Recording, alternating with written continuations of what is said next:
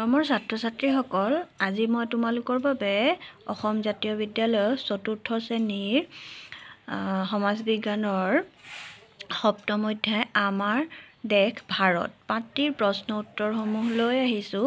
তেন্তে পলম নকৰি বলা প্ৰশ্ন উত্তৰসমূহৰ মাজলৈ যাওঁ।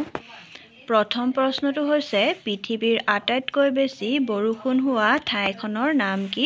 উত্তৰ হ'ব মৌচিনৰাম।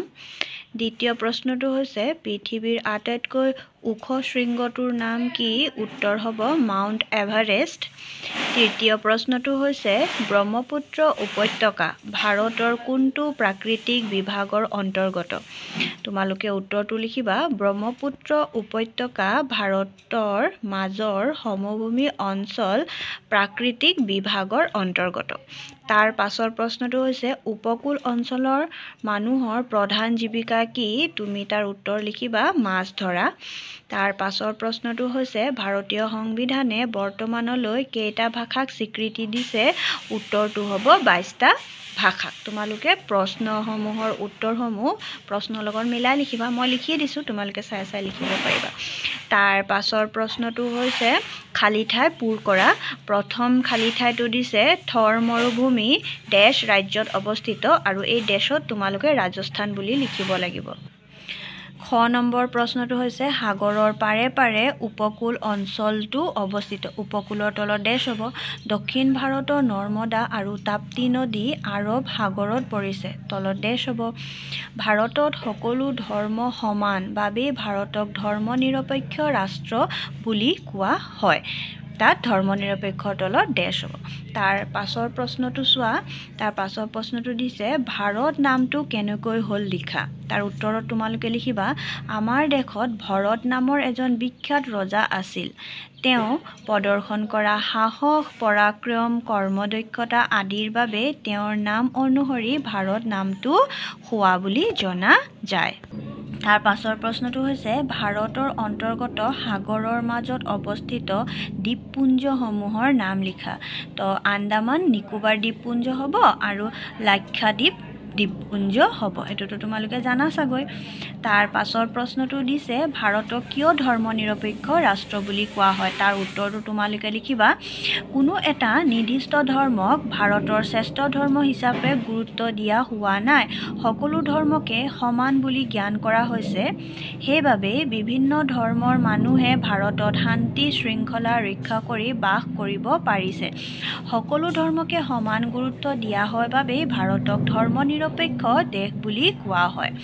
তাৰ পাছৰ প্ৰশ্নটো কি ক'ত আৰু কিয় বিখ্যাত? কেইটামান নাম দি দিয়া হৈছে তাৰে সেই ঠাইডোখৰ কিয় বিখ্যাত, ক'ত আছে আৰু কি হয় সেইটো বস্তু সেই বিষয়ে লিখিব লাগিব। প্ৰথমটো দিছে তাজমহল। তাজমহল কিয় বিখ্যাত? পৃথিৱীৰ 7টা আচৰিত বস্তুৰ ভিতৰত তাজমহল অন্যতম। ই আগ্ৰাত অৱস্থিত। এইটো সম্ৰাট শ্বাহজাহানে পত্নী মুমতাজৰ স্মৃতিত নিৰ্মাণ কৰাইছিল বাবে বিখ্যাত। তাৰ পাছৰটো হৈছে নালন্দা। নালন্দা এটি পুৰণি বিশ্ববিদ্যালয়। ই বিহাৰত অৱস্থিত। ই এক শ্ৰেষ্ঠ বিশ্ববিদ্যালয় হিচাপে বিখ্যাত। তাৰ পাছৰটো হৈছে অজন্তা ইলোৰা। অজন্তা ইলোৰা চিত্ৰ ভাস্কৰ্য। ই মহাৰাষ্ট্ৰত ঔৰংগাবাদত অৱস্থিত। ইয়াৰ গুহাৰ বেৰত অংকন কৰা চিত্ৰ আদিৰ বাবে ভাৰত বিখ্যাত। তাৰ পাছৰ 5 নম্বৰ প্ৰশ্ন তোমাৰ চমু টোকা লিখিব দিছে। তোমালোকৰ প্ৰথম চমু টোকাটো হ'ল ভাৰতৰ উত্তৰ পাৰ্বত্য অঞ্চল। তাৰ উত্তৰটো তোমালোকে এইদৰে লিখিবা ভাৰতৰ উত্তৰ পাৰ্বত্য অঞ্চল বুলি ক'লে হিমালয় পৰ্বত আৰু তাৰ ঠাল ঠেঙুলিবোৰকে বুজা যায়। হিমালয় পৰ্বতমালাই ভাৰতৰ উত্তৰ সীমা সম্পূৰ্ণৰূপে আগুৰি ৰাখিছে। এই পৰ্বততে আছে পৃথিৱীৰ আটাইতকৈ ওখ শৃংগ মাউণ্ট এভাৰেষ্ট। ইয়াৰ শৃংগবোৰ অনবৰতে বৰফেৰে আবৃত হৈ থাকে। হিমালয়ৰ পাদদেশত নানা তৰহৰ গছ-গছনি লতা ঘাঁহ বন আদিৰে ভৰা অৰণ্য দেখিবলৈ পোৱা যায়। বৰফেৰে আবৃত হৈ থাকে বাবে এই অঞ্চলৰ জলবায়ু শীতল। বসতি আছে যদিও সেৰেঙা। পশ্চিমৰ শুকান মৰুভূমি অঞ্চল। সমতল হ'লেও ভাৰতৰ পশ্চিম অংশত বৰষুণ কমকৈ হয়। বৰষুণ কম হোৱাৰ বাবে ইয়াৰ জলবায়ু শুকান আৰু বালিময়। সেইবাবে ইয়াত গৰম বেছি। গছ-গছনি প্ৰায় নায়েই বুলিব পাৰি। কাঁইটীয়া কেকটাছ জাতীয় গছহে পোৱা যায়। নদ-নদীও প্ৰায় নায়েই। উট এই অঞ্চলৰ বাসিন্দাসকলৰ প্ৰধান বাহন।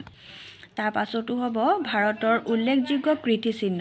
পৃথিৱীৰ 7টা আচৰিত বস্তুৰ ভিতৰত অন্যতম তাজমহল আমাৰ ভাৰততে আছে।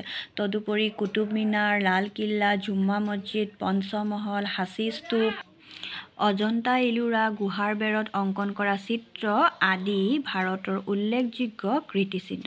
তেন্তে আজিৰ ভিডিঅ'টো ইয়াতে সামৰিলোঁ। তাৰ পাছৰ প্ৰশ্ন উত্তৰসমূহ মই নেক্সট ভিডিঅ'ত লৈ আহিম। তেন্তে আজিলৈ ধন্যবাদ।